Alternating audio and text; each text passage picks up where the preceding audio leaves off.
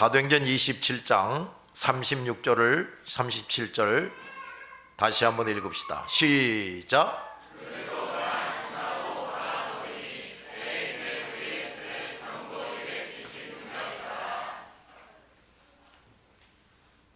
(36절) 더 잘 번역하면 그들도 용기를 얻어 음식을 먹었다 입니다.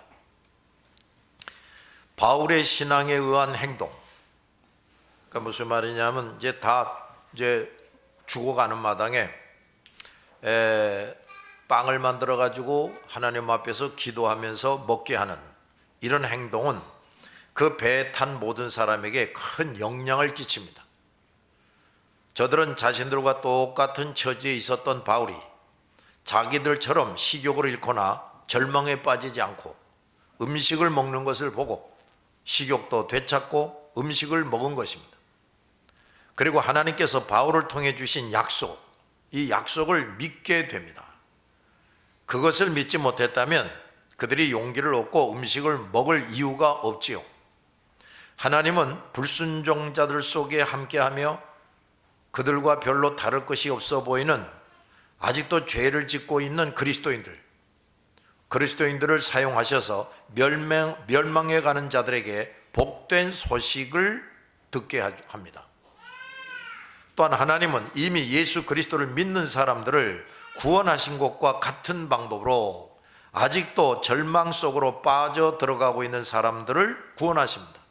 우리 같은 사람들을 통해서 먼저 구원받은 사람들이 아직 그렇지 못한 사람들 앞에서 하나님을 알고 믿음으로 행하는 모습, 하나님을 알고 믿음으로 행하는 모습을 보일 때 구원받지 못한 사람들이 크게 영향을 받아요.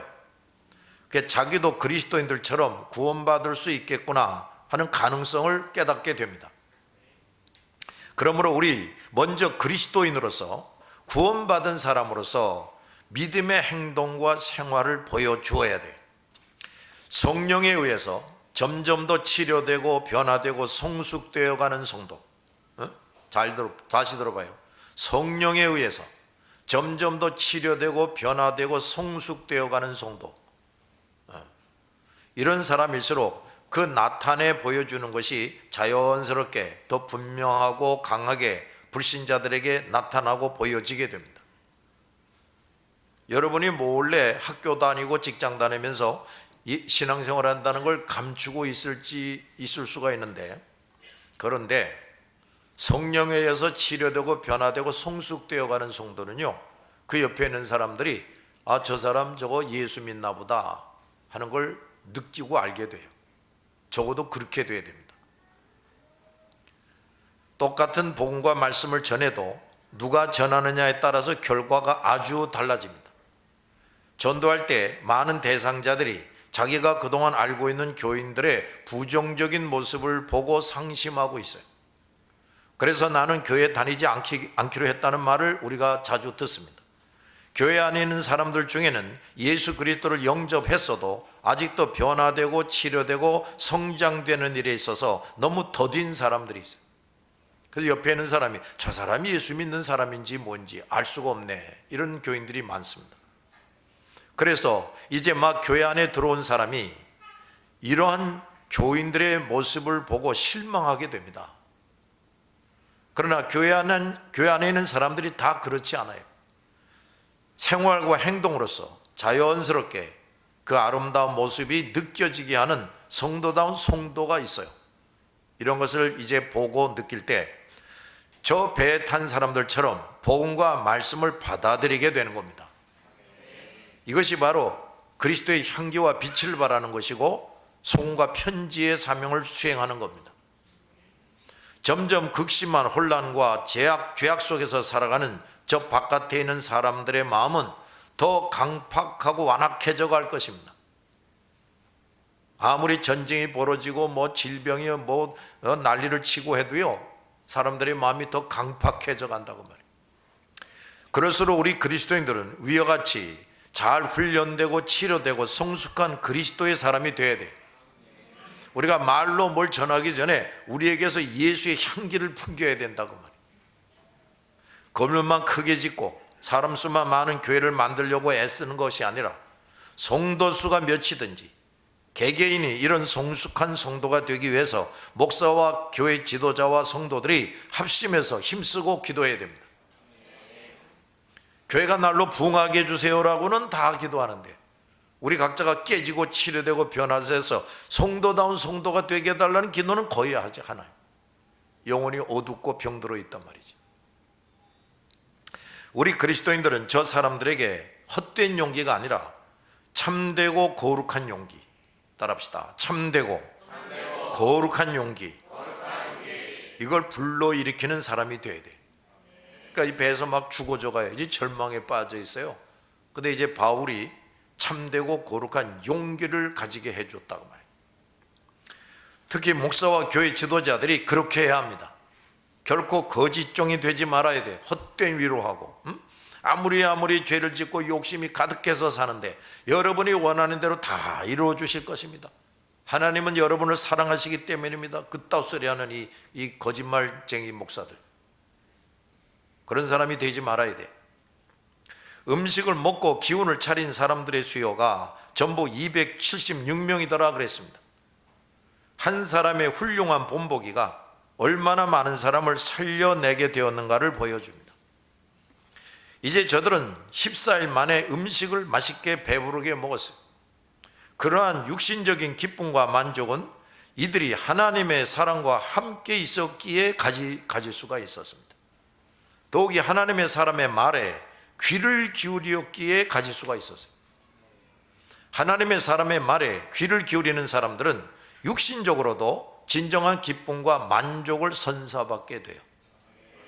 그리고 계속해서 하나님의 사람의 말에 순종하며 살아간다면 그동안 잘못한 것 때문에 잃어버린 것과 비교할 수 없는 것들을 계속해서 얻게 되고 무엇보다도 영생구원을 얻게 됩니다.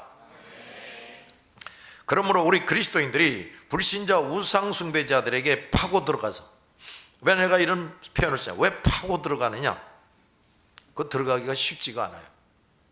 땅을 파고 들어가듯이 땀을 흘리고 고생을 해가면서 그 불신자 우상 숭배자들에게 들어가서 듣든지 아니 듣든지 복음과 말씀을 계속해서 선포해야 됩니다. 이 선포라는 말이 아주 중요한 의미가 있어요. 그냥 떠들라 이 말이에요. 그러느라고 저들을 구원하기 위한 고통과 손실을 당하게 된다면 기꺼이 받을 수 있어야 됩니다. 바울은 그 풍파로 인한 고통을 겪으며 수시로 기도했어요. 그런데 하나님께서 어떤 특별한 방법으로 그 자기와 제자들은 그 풍파에서 빼내달라고 기도한 게 아닙니다. 오히려 저들이 자신으로 인해서 회개하고 하나님을 믿고 구원 얻게 해달라고, 그 거룩한 사명을 끝까지 완수하도록 자신이 지치거나 두려움에 사로잡히 않게 해달라고 기도한 거죠. 우리 그리스도인들도 이렇게 해야 되는 겁니다. 내 앞에 있는 불쌍한 사람들이 어찌 되었든지 나와 내 가족의 안일만을 위해서 기도하고 힘쓰지 말아야 돼. 우리의 구원 사업은 공동의 구원 사업이에요. 나의 구원이 곧 저들의 구원이다. 저들이 구원되어야 나도 구원되는 것이다. 이런 걸 알아야 돼. 그래서 하나님은 우리를 저들 가운데 섞여져서 살게 하는 겁니다. 너희들 따로 나와서 신앙생활을 해라. 그렇게 하지 않는다 말이에요.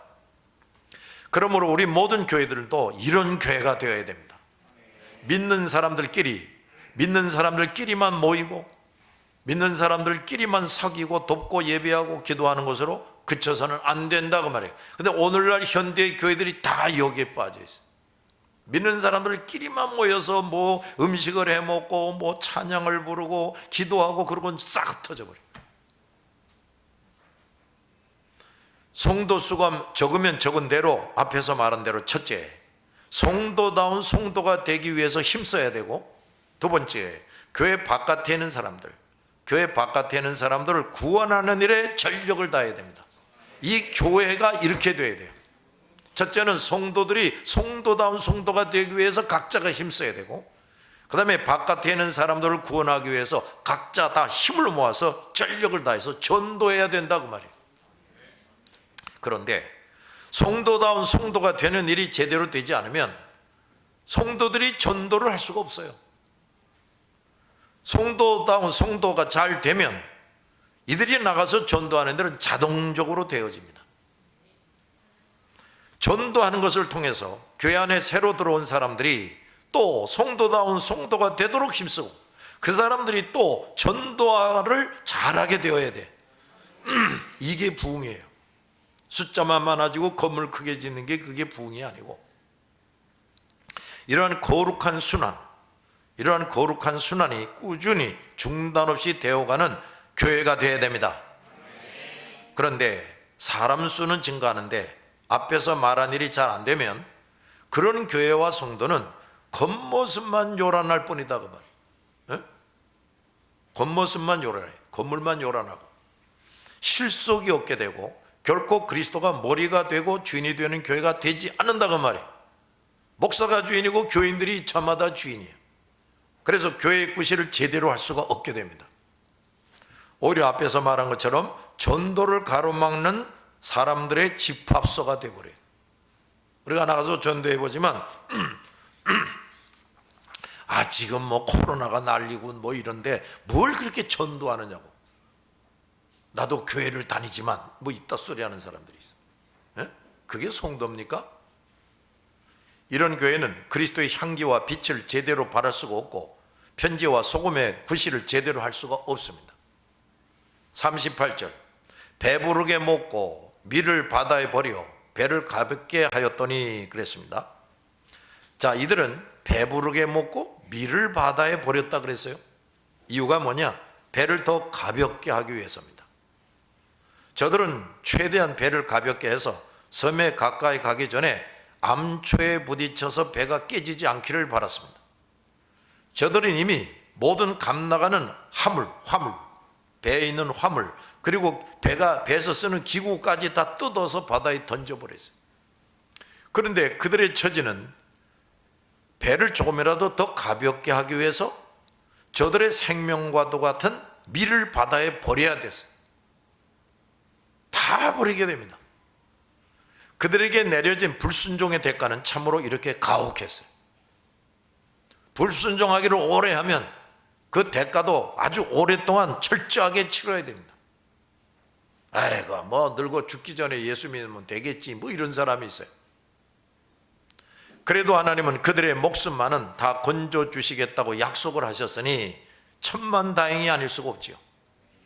하나님은 우리의 육신의 양식을 썩어질 것이라고 표현합니다. 뭐 할 것이라고? 썩어질 것이라고. 그 썩어질 것들을 위해서 너무 고생하지 말라, 그런 말씀을 하고 있어요. 사람들은 자신을 위해서는 무엇보다 육신의 양식이 충분해야 한다고 생각을 하고 그것을 더 모으고 쌓으려고 애를 씁니다. 그것으로 만족하지 않고 입을 것과 거할 것과 쓸 것들을 더 많이 쌓아 놓으려고 또 애를 씁니다. 그런데 그러느라고 저들은 무엇보다도 자신들에게 소중한 것은 잊어버리고 멀리하고 던져버리고 있어요. 하나님을 아는 것, 하나님을 섬기는 것, 하나님의 말씀에 순종하는 것, 이런 것은 멀리 던져버리고 있어요. 당신 왜 예배를 안 드립니까? 먹고 사느라고 시간이 없어서요. 너는 왜 교회 오기를 꺼려하느냐? 학원에 가야 되기 때문이라는 거예요. 소중하고 가장 소중한 것을 잊어버리고 멀리하고 던져버리고 있어요.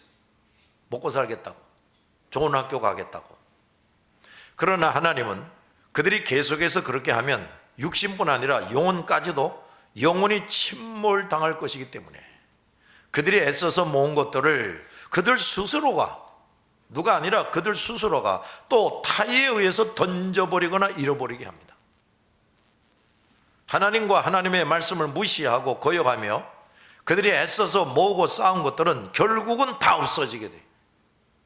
그러나 그렇게 되면서라도 하나님을 찾고 말씀에 순종하면 그때부터는 다시는 도적질도 당하지 않고 좀도 먹지 않고 녹도 쓸지 않는 진정한 소유를 얻게 됩니다.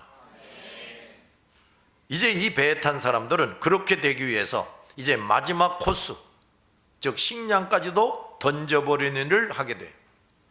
이제 몸만 남은 저들은 더 이상 전처럼 하나님보다 더 의지하고 귀하게 여길 것이 없습니다. 그러한 현실은 그들로 하여금 보다도 하나님과 말씀을 가까이 하게 만들어 주는 겁니다. 그러려고 때때로 하나님은 야, 너 남은 재산 이제 다 잃어버리게 하겠다. 너 그 건강한 거 자랑하지? 내가 널 병들게 만들겠다. 사고당하게 만들겠다. 그래서 아주 쫄딱 망하게 하는 사람들이 있어요. 근데 그렇게 해서 하나님이 너무 심술꾸러기 아닌가? 그게 아니라 하나님을 가까이 하게끔 이제 이끄는 거죠. 그래서 주님은 나를 따르려거든 너를 부인하고 내 십자가를 지고 나를 따르라 하신 겁니다. 우리가 주님을 모를 때 귀중하게 여겼던 것들을 우리와 비교할 수 없는 거룩하시고 완전하시고 의로우시고 선하신 예수께 내려놓으면, 엉뚱한 데가 내려놓는 게 아니라 그 예수께 내려놓으면 그 예수께서 우리에게 거룩하고 완전하고 선한 것들을 대신 채워주십니다. 이게 신기한 거예요. 왜 예수께 내려놓으라 그랬냐? 예수가 정말 좋은 걸 주겠다 이 말이지. 그러므로 예수 믿기 전에 가졌던 끊임없는 욕심들, 호기심들, 자기 귀신이 코치가 돼서 만들었던 인생 설계, 이런 것들을 다 내려놓고 그저 말씀 지키고 주님만 따라가느라고 하다가 이제 어려움 당하는 거, 그걸 십자가, 그걸 달게 지고 그저 주님의 뒤를 따른다는 것은 우리에게서 모든 것을 빼앗는 것이 절대로 아니라고 말해요. 아직도 이 진리를 확실히 깨닫지 못하는 성도는 잠시도 더 머무르거리거나 미루지 말고 나를 부인하고 내가 죄할 십자가를 지고 주님의 뒤를 성실히 따라가기 바랍니다. 39절, 날이 샘에 어느 땅인지 알지 못하나 경사진 해안으로 된 항만이 눈에 띄거늘 배를 거기에 들여다 댈 수 있는가 의논한 후. 자, 이 말씀을 더 잘 번역하면 시작.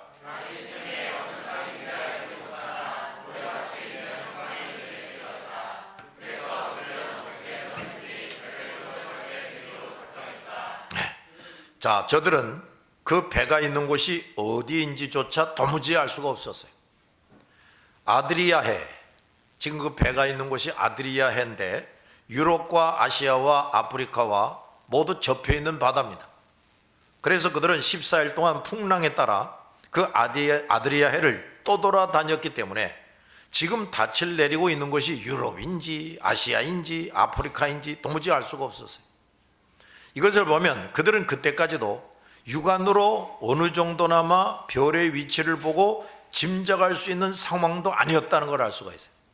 너무 그냥 구름이 끼고 그냥 깜깜하고 이러니까 별도 안 보이는 거예요. 그들은 해와 달과 별을 통해서 도움을 받을 여지도 없어졌어요. 참으로 그들은 모든 것을 잃었을 뿐 아니라 사면초가가 됐습니다. 때때로 예수 믿을 자들에게 이렇게 사면초가를 만나게 합니다. 그런데도 날이 새어보니 모래밭이 있는 항만이 눈에 띄었다 그랬어요.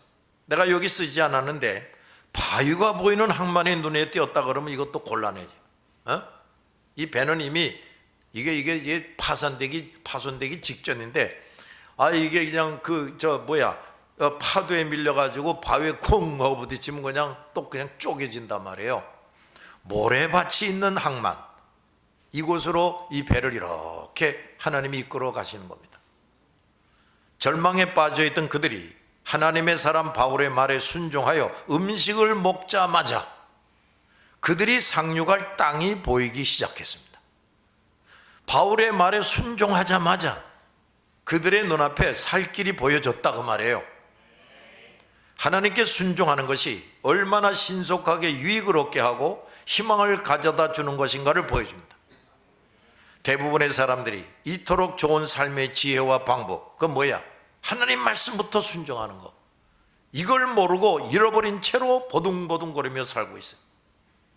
저들은 하나님께서 하나님의 사람들을 통해 알게 해 주었어도 애를 써가며 듣지 않으려고 합니다. 여러분 중에도 그런 사람이 있습니까? 하나님이 이 목사를 통해서 아주 귀한 것들을 가르쳐 줍니다. 정말 살 길을 가르쳐 줘요. 근데 그 한 귀로도 흘려버리고 엉뚱하게 그냥 애를 쓰고 살고 그런 사람이 있어요? 저들은 하나님께서 하나님의 사람들을 통해 알게 주어도 애써가면서 듣지 않으려고 했어요. 이것이 전적으로 부패 타락한 사람들 그리고 사탄에게 붙잡혀 있는 사람들에게 그들의 진면목이다. 그들의 참모습이다 그 말. 겉은 멀쩡해 보여도 뭐 학자고 부자고 그래도 이렇게 한심하다 그 말이에요. 그들은 저마다 살 길을 찾겠다고 애를 쓰지만 또 자기들끼리 많은 지식과 경험을 통해서 서로 돕는다고도 하지만 그것은 저 배에 탄 사람들이 거센 분파를 만나서 자기들끼리 힘을 합해서 애쓰고 힘썼던 것과 같은 것입니다. 가망이 없어요. 하나님과 말씀을 떠난 모든 인생 항해는 저 사람들처럼 점점 잃어버리고 결국 절망에 빠지는 것으로 끝납니다.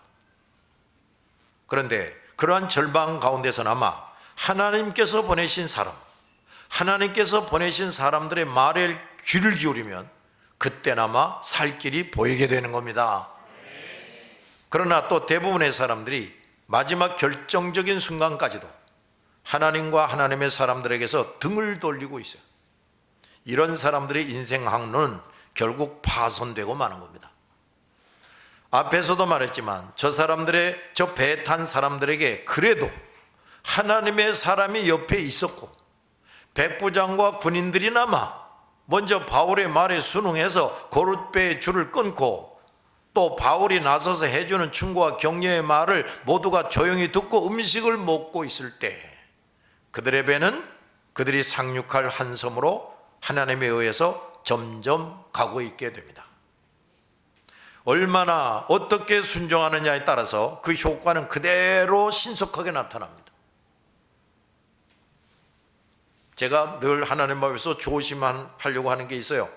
하나님이 종종 나에게 무슨 말씀을 하시고 명령을 하십니다. 너 이거 해라 저거 해라. 근데 만약에 명령을 들었는데 내가 미적거리지 않습니까? 그것은 나부터 하나님께서 귀싸대기를 맞게 해. 그리고 교인들이 고생하게 만들어. 내가 그런 걸 알고 있어.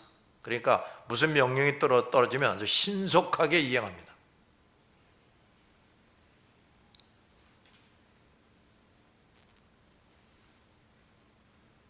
우리가 하나님의 말씀과 명령에 귀를 기울이고 순종하기를 시작할 때, 뭐 할 때?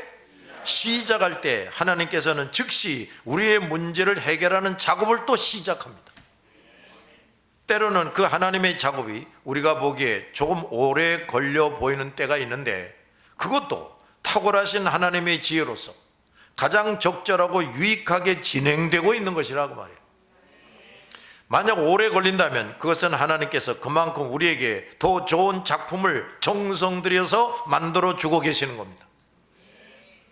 아니 89년도부터 홀리 마운틴을 약속해 주셨어요. 하루도 빼놓지 않고 기도합니다. 그런데도 아직 아무것도 안 이루어지는 것 같아. 근데 안 이루어진 건 아니지. 이 제1충만교회 이거 하나님이 만들어준 거 이거 그 약속의 첫 번째 증거지요 이게. 그러다가 이제 내가 계산을 해보니까 18년째 되는 해가 2022년도 지금이에요. 근데 2021년도에 내가 이제 너에게 약속하신 것들을 구체적으로 이루어 주겠다 하시더니 제2충만교회를 세우라 이렇게 된 겁니다. 그런데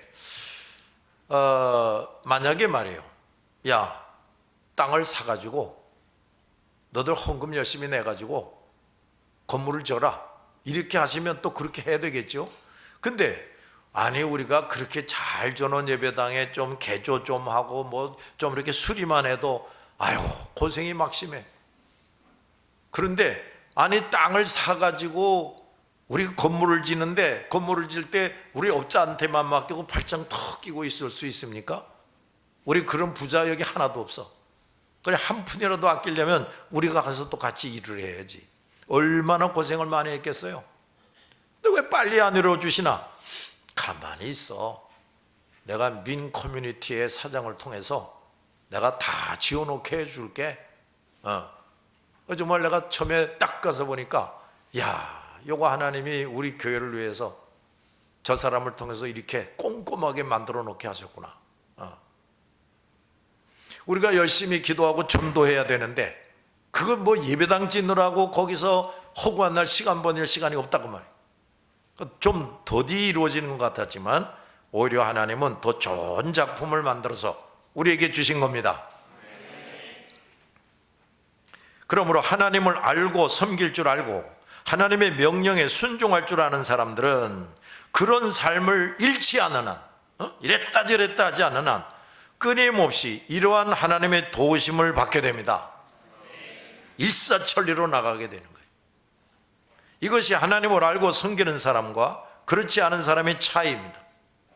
사람의 눈에는 별로 다를 바 없어 보이지만 그리스도인들은 이런 하나님의 특별하고도 거룩한 도우심, 따라합시다. 하나님의 특별하고 거룩한 도우심, 이걸 받고 있는 특별한 사람들이 되어야 돼요.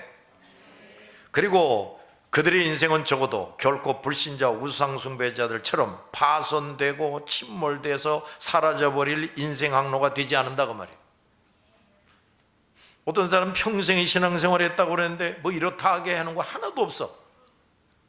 목사가 장례식을 할 때 그 사람이 이렇게 수고 많이 해서 이렇게 많은 열매를 맺었습니다 하고 설교를 해야 되겠는데 그런 설교를 할 게 없는 사람이 있어요. 목사 중에도 그런 사람이 있어요. 부끄럽게 최후를 마치는 목사들이 많습니다. 이 사람들은 그들도 순간 하나님 앞에서 잘못하여 위기를 만나지만 끊임없이 살게 해주고 유익하게 해주는 항만을 발견하며 구원을 얻게 됩니다.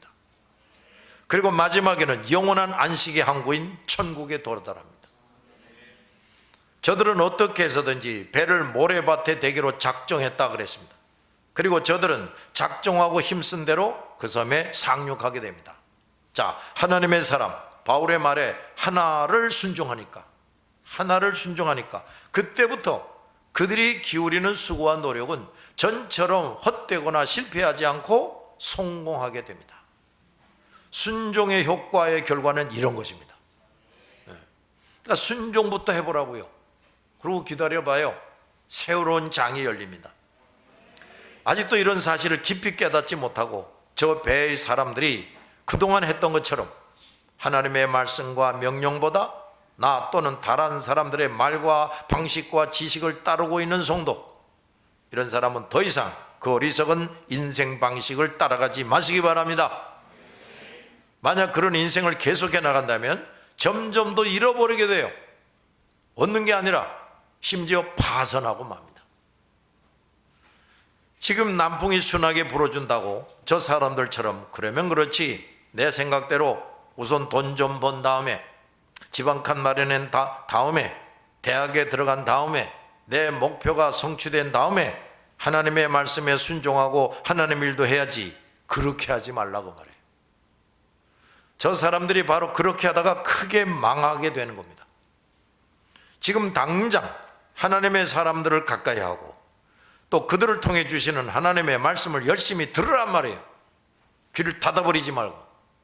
그리고 당장 순종하고 실천해 보세요. 그저 눈 딱 감고. 그렇게 하면 이제부터는 덜 잃게 되고 헛된 인생을 더 이상 살지 않게 될 것입니다. 자, 40절. 닻을 끊어 바다에 버리는 동시에 키를 풀어 늦추고 돛을 달고 바람에 맞추어 해안을 향하여 들어가다가, 더 잘 번역하면 시작.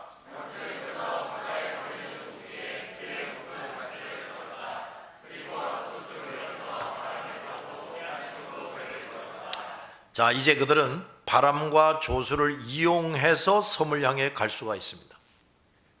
하나님의 말씀을 무시한 채로 항해할 때에는 그 바람과 조수가 그들이 가고자 하는 항로를 가로막았어요. 오히려 엉뚱한 곳으로 헤매게 했습니다. 그러나 이제는 바람을 타고 해안 쪽으로 배를 몰고 가게 되었다 그랬어요. 그들을 가로막고 고달프게 했던 것이 바람과 파도가 이제는 그들을 돕게 되는 겁니다. 하나님께 순종하는 사람, 하나님을 사랑하고 하나님께서 사랑하시는 자가 되면 원수까지도 그를 사랑하고 돕게 하십니다. 우리는 이 마귀가 말이에요, 우리 끊임없이 죄짓고 불행에 빠뜨리려고 한단 말이에요. 근데 우리가 하나님 앞에 잘 순종하고 하나님이 사랑하시는 사람이 되면 어떻게 되느냐? 야 사탄아, 너 이제 더 이상 대환이 너 이상 또 이제 괴롭히지 말고 이제는 대환이를 도와라, 이렇게 한다니까요. 글쎄, 사탄도 움직여요. 돕게.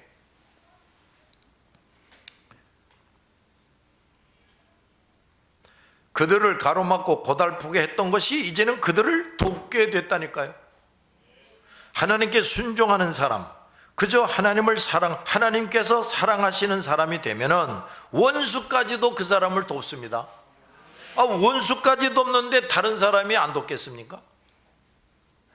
왜 모든 사람들이 나를 괴롭히고 방해합니까? 그것은 내가 하나님을 괴롭히고 방해하고 있기 때문에. 무엇보다도 하나님을 사랑해야 하는데 다른 것을 더 사랑하고 완전하시고 선하신 하나님의 충고와 말씀부터 잘 듣고 따라야 하는데 내 생각과 다른 사람들의 말을 더 잘 듣고 따랐기 때문에 그 사람들이 나를 괴롭히고 방해하게 만드는 거예요. 바로 이러한 나의 역행이 모든 불행을 내게로 불러들이고 있는 겁니다.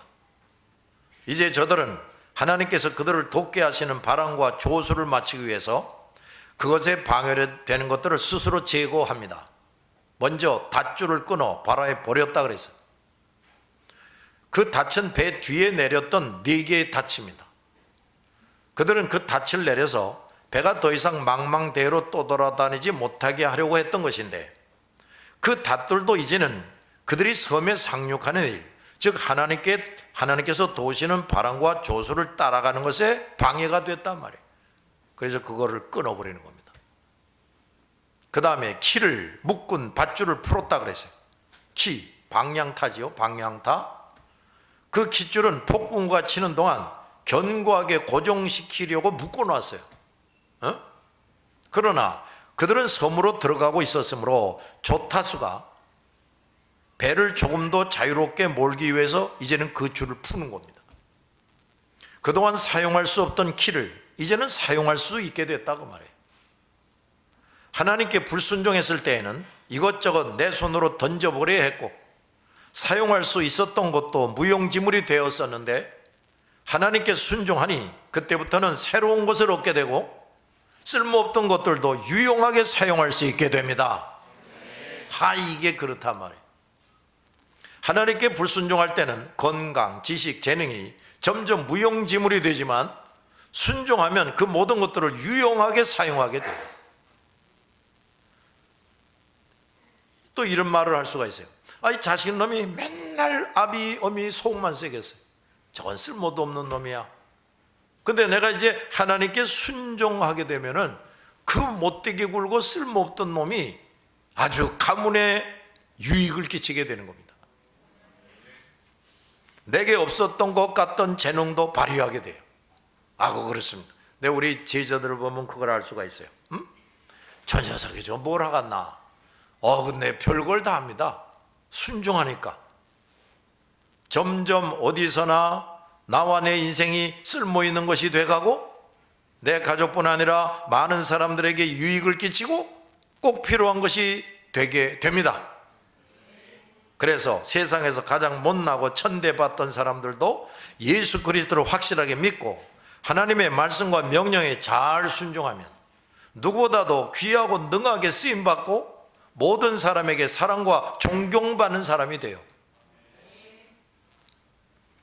우리가 제자들과 함께 전도 집회를 합니다. 근데 어떤 훌륭하신 양반이 가만 보니까 공부도 하고 지식도 있고 참 여러 가지를 잘 갖춘 것 같은 사람이 저 젊은 사람들 정말 부럽습니다. 정말 존경스럽습니다. 그럽니다. 근데 사실 내 이 제자들 중에는 아직도 말귀도 못 알아듣고 그런 사람들이 한두 명이 아니에요. 그러나 하나님께 순종하니까 더 훌륭한 사람들로부터도 존경을 받게 되는 거예요. 그러나 본래 누구보다도 잘나고 이것저것 잘 갖춘 사람이라도 하나님과 말씀을 등지고 사는 사람은 정반대가 되어버려요. 사람들에게 멸시 천대를 받게 돼. 그 다음 앞에 있는 돛을 올려서 바람을 타고 섬으로 갔다 그랬습니다. 그들은 이제 그 배가 좀 더 빨리 섬을 향해 나갈 수 있게 된 겁니다. 앞으로 빨리 나갈 수 있는 동력을 얻게 됐다고 말해요. 닻을 탁 올리고 이제 바람을 맞아서 더 빨리 섬을 향해 갈 수가 있게 됐다. 비로소 항해다운 항해를 할 수 있게 된 그들의 마음이 얼마나 기쁘고 즐거웠겠어요? 그리고 바울이 말해주는 하나님의 약속에 대해 확신을 가지게 되는 겁니다. 이제 그 섬은 또 왜 들어가느냐? 거기서 깨지고 확실히 예수를 믿어요. 또 그 섬에 들어가서 아주 하나님의 권능을 또 체험합니다. 바울을 통해서. 그래서 예수를 믿게 돼요. 하나님께 잘 순종하면 할수록 이렇게 방해거리는 점점 사라지고 하나님께서 열어주신 새 길로 힘차게 달려갈 수 있는 동력을 얻게 되고 진정한 기쁨과 즐거움을 맛보게 됩니다. 그리고 하나님의 모든 약속에 대한 확신이 더 분명해지게 돼요. 뭐 의심하고 그런 일이 없어. 그렇게 되면 그 인생길은 점점 더 소망과 기쁨과 확신 속에서 활기찬 길이 됩니다. 자, 이것이 진정으로 예수 믿고 신자답게 사는 사람들의 인생입니다. 기도합시다.